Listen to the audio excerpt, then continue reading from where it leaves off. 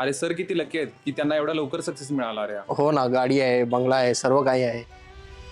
लोक म्हणतात मी लकी आहे, पण त्यांना फक्त रिझल्ट दिसतो, पण माझी 30 वर्षाची भूक आणि जिद्द हे त्यांना दिसतच नाहीये. गरिबीने माझ्याकडून खूप काही घेतलंय, पण त्याच गरिबीने मला 2 गोष्टी शिकवली ज्यांनी माझ्या आयुष्यच बदलून गेला. मी म्हणतो गरिबी माणसाला खूप चांगली शिकवण देऊन जाते. पहिली गोष्ट, ज्यावेळेस तुम्ही 60 रुपये पर डे कमवतात त्यावेळेस प्रत्येक रुपयाचा तुम्हाला अर्थ कळतो. पैसा फक्त नोट नसून तो तुमच्या घामाचा हिशोब असतो. एक स्कूटर घेण्यासाठी मी 30,000 रुपये वाचवलं होतं आणि लोकांना ते छोटी गोष्ट वाटली, पण माझ्यासाठी ते खूप मोठी गोष्ट होती. कारण की त्याच स्कूटरमुळे मी जास्ती साईट कव्हर करायला लागलो, मला जास्ती काम मिळायला लागलं आणि त्यामुळेच इन्कम वाढली. ज्यावेळेस मी डिसिजन घेतो, टीमचं असो मटेरियलचं असो, तर त्याच्यात मी प्राइस पाहत नाही, त्याच्यात व्हॅल्यू पाहतो. कारण मला माहित आहे योग्य व्हॅल्यू फ्युचर बदलती. दुसरी गोष्ट म्हणजे पेशन्स. सक्सेस कधी ओव्हरनाईट येत नसतात. मी कंटिन्यू 30 वर्ष 16 ते 18 तास काम केले आहे. कोणत्याही गॅरंटी नसताना की रिझल्ट मला कधी मिळेल.